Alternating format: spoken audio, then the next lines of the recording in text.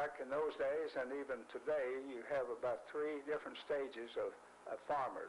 You have a day laborer that works on the farm, and then sometimes he has a large family and he gets a deal as a sharecropper. Now, a sharecropper is where you do the work on the land. You and your family do all the work, and you get half of the proceeds. In other words, if you're sharecropping cotton and they sell the cotton and half of it is yours, but you have to pay for the picking and the chopping and all the work on it, and then the renter gets a fourth and the landlord a fourth.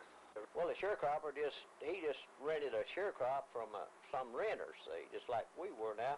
After we moved back there and got enough ground cleared up, well, Dad, he had a sharecropper. A fella come in to sharecrop for him. Okay. The sharecropper's place was to, well, Dad, he furnished everything. He furnished the equipment and the seed and everything, and he furnished the work and got 50% of what the crop returned. He got 50% of that.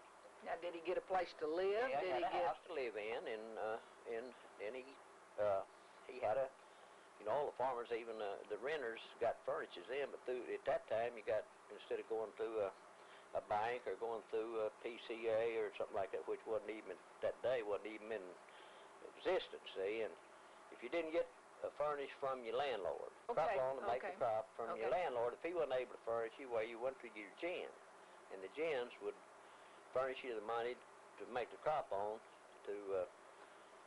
Well, now, if you're a sharecropper, what do you need money to make your crop? I'm talking about the renter now. The sharecropper. Well, now the sharecropper did the same thing. He just signed his half of the crop over to the gin until his furnish bill was paid. Okay, so he got his money to make his crop from the gin, the sharecropper. But the sharecropper didn't put up any security, anything. The security was on the renter that owned the equipment that furnished him to make his half a crop. I see. Okay. So, well, what was a normal amount that you let a sharecropper work? How much could he? Well, one sharecropper, he wouldn't have over 10 acres of cotton, because usually he wouldn't have a big family, you know.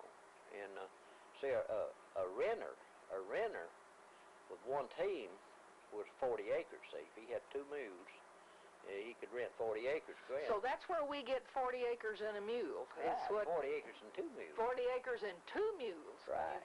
You could go into business. And then the bigger the farm you got, well, you know, if you got an 80-acre farm, you had to have 4 head of mules, or 2 teams. All right, and so you let each sharecropper have 10 acres and 2 mules. Well, no, he didn't have them. Now, he just used them the times that you wouldn't use. It worked around between the 2, see. Okay. The one team is, say, just say I was renting, we were renting 40 acres at that time, and he had 10 acres, and we had to balance. Why, we shared that same team with him to work his 10 acres as we worked our 30 acres with. My father depended on our family. I was the oldest one with the children. And I would go on and I'd do the plowing. My mother would take the smaller kids and they'd do the chopping. When it came along that we had to gather the crop, then all of us would do the picking. My daddy would haul the cotton off with a team of mules. And we'd pick till he got back in pick sacks, because we didn't have anywhere to empty our cotton. By the time we'd get all of our pick sacks full, he'd be back for us to empty. It was now late 1932, and the presidential election was at hand. Herbert Hoover barely campaigned.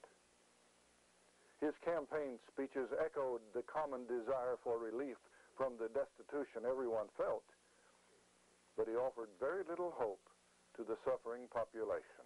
What our people need is the restoration of their normal jobs, the recovery of agricultural prices, and the business. They need... By contrast, Roosevelt campaigned vigorously. This is more than a political campaign. It is a call to arms. Give me your help not to win votes alone.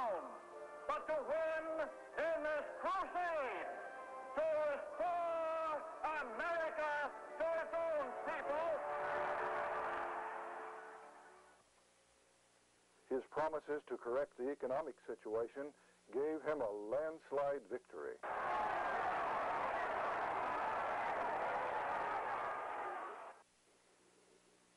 His inauguration has become a classic speech. I shall ask the Congress for the one remaining instrument to meet the crisis: broad executive power to wage a war against the emergency as great as the power that would be given to me if we were in fact invaded by a foreign foe. Let me assert my firm belief that the only thing we have to fear is fear itself. The nation, and especially the Congress, responded with unbelievable energy. Roosevelt requested broad executive powers, and give it to him they did. In the first 100 days of office, 10 new agencies designed to combat the Depression came into being. Alphabet soup, many of his opponents called it. The CWA was a temporary work program which put paychecks in the hands of 4 million people for the first time in years. But it was felt mostly in the metropolitan areas like New York City. The PWA, Public Works Administration, was more widespread. It provided emergency money for the construction of public works and utilities, and it made it possible for Kennett itself to sink the first artesian well near the site of the city light and water plant. Young workers first entering the employment market faced real hardship where opportunities for work already were scarce. On April 5, 1933, President Roosevelt established the CCC, or the Civilian Conservation Corps, to give meaningful employment to young unmarried men 18 to 25 years of age. Each county received a quota allotment for sending young men to camp. Many of our national and state parks, such as Crowley's Ridge State Park, retained the marks of the construction and the conservation projects of the CCC. You got to be 15, 16. What kind of work was there for a young man to do? Nothing but picking cotton. Okay. And chopping and picking cotton. Just farm work. I got 50 cents a day. My dad got $1, and he got, for keeping me up, with the rest of them, I got 50 cents a day for chopping cotton. Okay. And he got $1. Now then, came the early 30s, and times just kept getting harder. Yeah, that was hard. That's the depression. They started a program that 18 years, after you're 18 years old and older, you could go to the CC camp.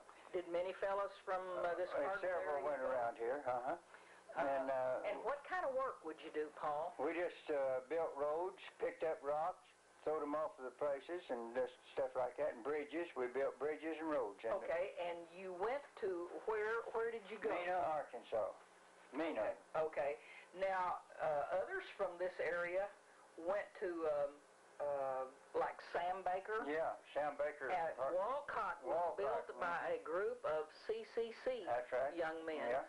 So it's an Army program. Yeah. And you made how much? $1 a day. $30 a month. Okay. We kept $5 and they sent $25 home to our family. There was 200 in the camp, and in the enlisted men, and then it was, I guess it's about 220 in the camp.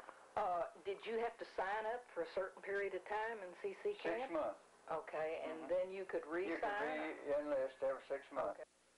But most people concede that the WPA really played the greatest part in saving the economy. Nationwide, in every aspect of life, people were given work. WPA, WPA, don't mind the varsity cross when you're gay. He'll get a pink slip next month anyway. Three little letters that make life okay. WPA. The Dunklin County Courthouse and the old armory on Electric Street were constructed with WPA labor. To pass the work opportunity around, workers were laid off after 18 months to make way for other unemployed people.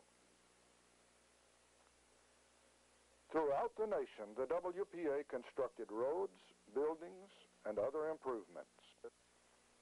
Enhancement of the arts, hot lunches for school children, and daycare for working mothers came into existence. No, I didn't work on WPA. I was Okay. married when WPA come in. Well, but you could. I farmed after we got Oh, you- married. I okay. went to farming. They dug ditches here. They cut off the What ditches. kind of ditches? You mean Just- drainage Just ditches? drainage ditches. They dug those, and they cut off these ditches around here, cut the brush off of them, you know, and cleaned them up and burned them. I remember that well. And, you know, they dug that big ditch across by our house over there. WPA did, then. They built outhouses here. They had 2 holes in the door. Okay. A big one and a little one. Okay. Had to pay for so much to get those built.